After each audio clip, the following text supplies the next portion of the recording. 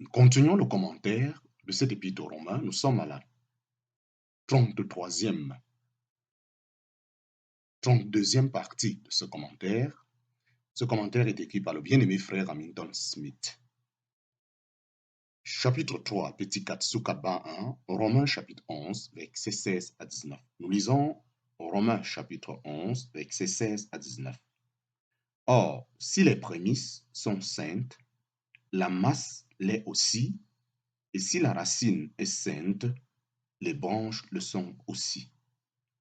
Or, si quelques-unes des branches ont été arrachées, et si toi qui étais un olivier sauvage as été hanté au milieu d'elles, et est devenu coparticipant de la racine et de la graisse de l'olivier, ne te glorifie pas contre les branches, mais si tu te glorifies, ce n'est pas toi qui portes la racine, mais c'est la racine qui te porte.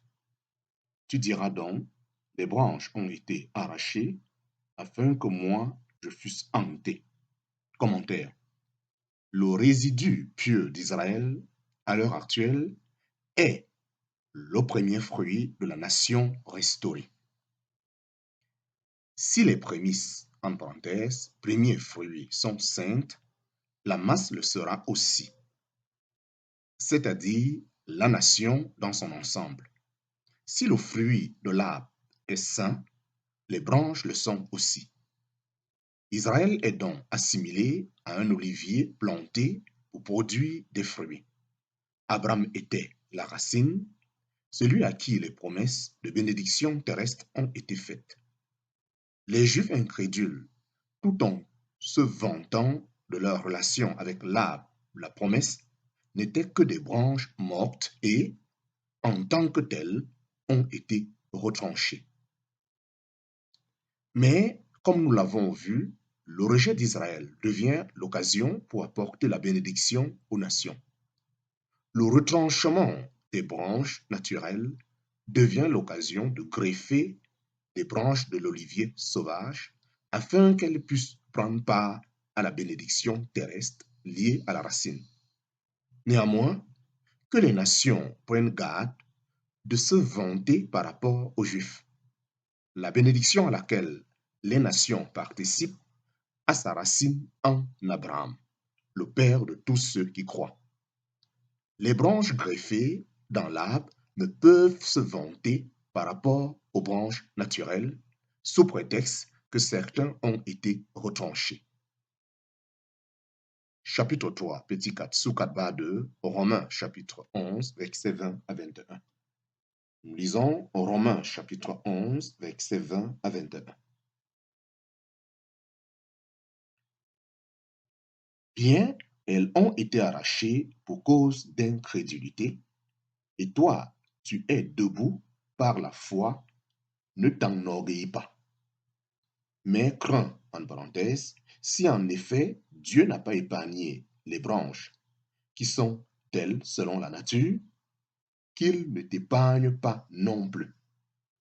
Commentaire. Que les nations prennent donc garde.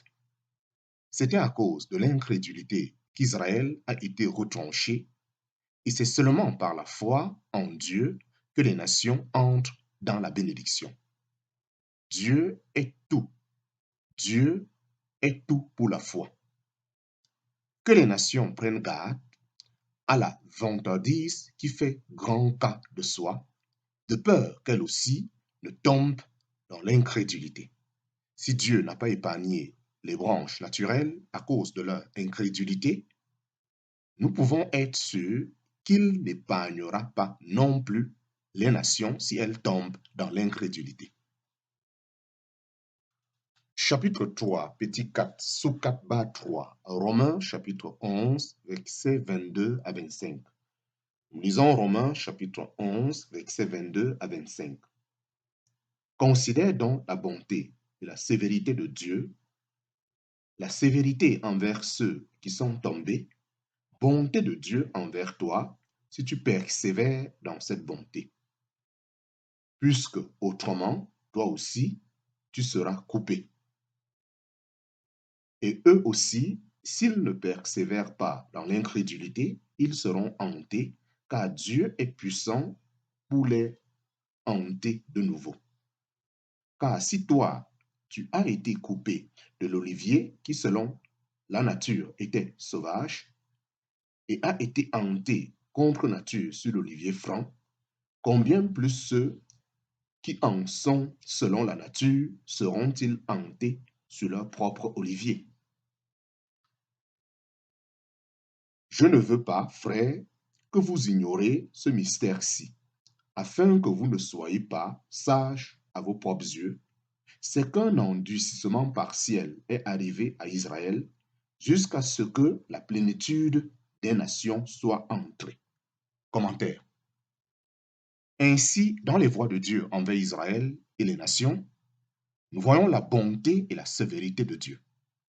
Dieu a agi en sévérité envers Israël incrédule et en bonté envers les nations. Mais sa bonté cessera envers les nations si elles tombent dans l'incrédulité. Et la sévérité de Dieu envers Israël pourra cesser s'ils se repentent de leur incrédulité. Dans ce cas, la chute des nations sera l'occasion de la restauration d'Israël. Si les branches de l'olivier sauvage peuvent être greffées sur l'olivier, les branches naturelles peuvent bien l'être aussi. C'est en effet ce qui va se passer, car l'aveuglement qui est arrivé à Israël n'est qu'un aveuglement partiel. La nation n'est pas aveuglée au point de ne plus jamais voir, ni n'est tombée pour ne plus jamais être restaurée, ni n'est rejetée pour ne plus jamais être reçue.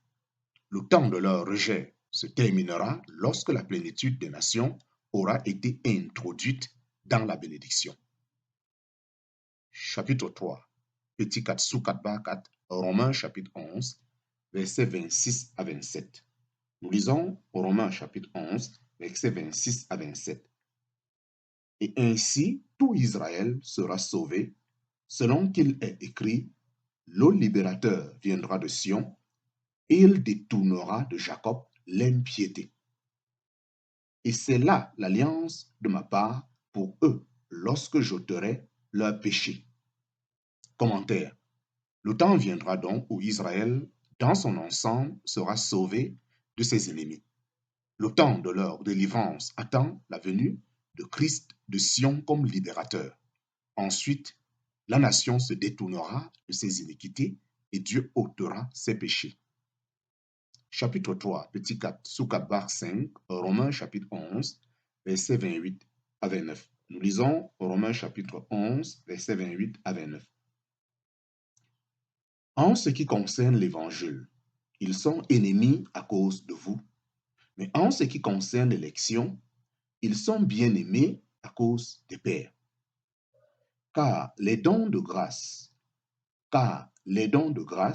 et l'appel de Dieu sont sans repentir. Commentaire. Pour ce qui concerne l'évangile, ils sont ennemis en ce moment afin que les nations soient bénies.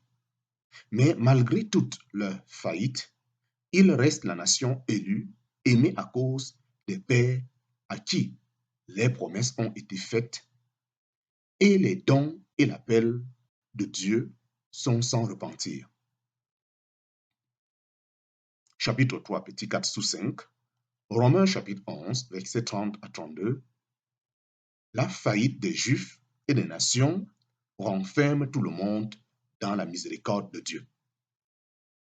Nous lisons pour cela Romains chapitre 11, versets 30 à 32. Car, comme vous aussi, vous avez été autrefois désobéissants à Dieu, et que maintenant vous êtes devenus des objets de miséricorde pour la désobéissance de ceux-ci, de même ceux-ci aussi ont été maintenant désobéissants à votre miséricorde, afin qu'eux aussi deviennent des objets de miséricorde. Car Dieu a renfermé tous, juifs et nations, dans la désobéissance afin de faire miséricorde à tous. Commentaire. La manière de Dieu d'accorder ses dons et d'accomplir son appel consiste à se servir de l'incrédulité de l'homme pour montrer sa miséricorde. Il renferme tous dans l'incrédulité afin de faire miséricorde à tous. Ainsi, la grande vérité est établie que nous devons toute bénédiction à la grâce souveraine de Dieu. Chapitre 3, petit 4, sous 6, Romains chapitre 11, versets 33 à 36. Doxologie qui célèbre les ressources et la sagesse de Dieu. Nous lisons Romains chapitre 11, versets 33 à 36. Ô profondeur des richesses et de la sagesse et de la connaissance de Dieu, que ses jugements sont insondables et ses voies introuvables. Car qui a connu la pensée du Seigneur, ou qui a été son conseiller, ou qui lui a donné le premier, et il lui sera rendu. Car de lui et par lui et pour lui sont toutes choses. À lui soit la gloire éternellement. Amen. Commentaire. Si les propos souverains de Dieu en bénédiction sont accomplis, non seulement en dépit de la faillite de l'homme, mais par le moyen même de la faillite des hommes, nous ne pouvons que dire, ô profondeur des richesses et de la sagesse et de la connaissance de Dieu. Tant les jugements de Dieu à l'égard de la faillite de l'homme que ses voies dans l'accomplissement de ses propos de bénédiction pour les hommes rendent manifeste qu'il y a des profondeurs de richesse dans sa sagesse et sa connaissance qui sont insondables et donc introuvables, en parenthèse, autrement dit, au-delà de ce que l'homme peut découvrir. Si elles doivent être connues en quelque mesure, ce ne peut être que par révélation et dans la réalisation pratique de ses jugements et de ses voies envers les hommes. Toute la sagesse et la connaissance de Dieu ont leur source en Dieu lui-même. Personne n'a été son conseiller. Toute bénédiction pour l'univers a sa source en Dieu. C'est de lui, tout doit être réalisé, c'est de lui, tout doit être réalisé par lui et tout retournera pour lui, pour sa gloire. Par conséquent, l'apôtre conclut, à lui soit la gloire éternellement. Chapitre 3, petit 4 sous 7, remarque générale. Pour comprendre l'enseignement de ce chapitre, c'est-à-dire le chapitre 11, l'épître aux Romains, il est important de voir que l'assemblée n'en est pas le sujet. Le chapitre 11, l'épître aux Romains, s'occupe des voies de Dieu envers Israël et envers les nations. L'assemblée est composée de croyants issus d'Israël et des nations et n'a donc rien à voir avec les Juifs ou les nations en tant que telles, en parenthèse, vues séparément. Les bénédictions de l'assemblée sont célestes. Les bénédictions d'Israël et des nations sont terrestres. Il y a une difficulté si nous ne voyons pas que, tout à fait en dehors de l'appel de l'assemblée, Dieu a ses voies envers Israël et les nations et que, dans le gouvernement de Dieu, nous vivons dans le temps des nations, c'est-à-dire la période pendant laquelle Israël est mis de côté en tant que nation et que le gouvernement du monde est donné aux nations. Dans ce gouvernement, les nations ont failli et ont utilisé le pouvoir que Dieu leur a confié sans référence à Dieu. Aujourd'hui, nous voyons les nations rejetant rapidement toute crainte de Dieu, avec comme résultat qu'à leur tour, elles seront mises de côté et qu'Israël sera restauré à sa place prééminente dans le gouvernement du monde. Nous sommes à la fin du chapitre 3 de ce commentaire des Épîtres aux Romains. Nous entrons dans le chapitre 4. Chapitre 4 de ce commentaire des Épîtres aux Romains. Chapitre 4 les exhortations pratiques. En parenthèse, Romains chapitre 12 jusqu'au chapitre 15, verset 13. En d'autres termes, ce chapitre 4 pourra commenter les différents versets de Romains chapitre 12 jusqu'à Romains chapitre 15, le verset 13. Chapitre 4, les exhortations pratiques, Romains chapitre 12 jusqu'au chapitre 15, verset 13. Chapitre 4, petit 1, introduction.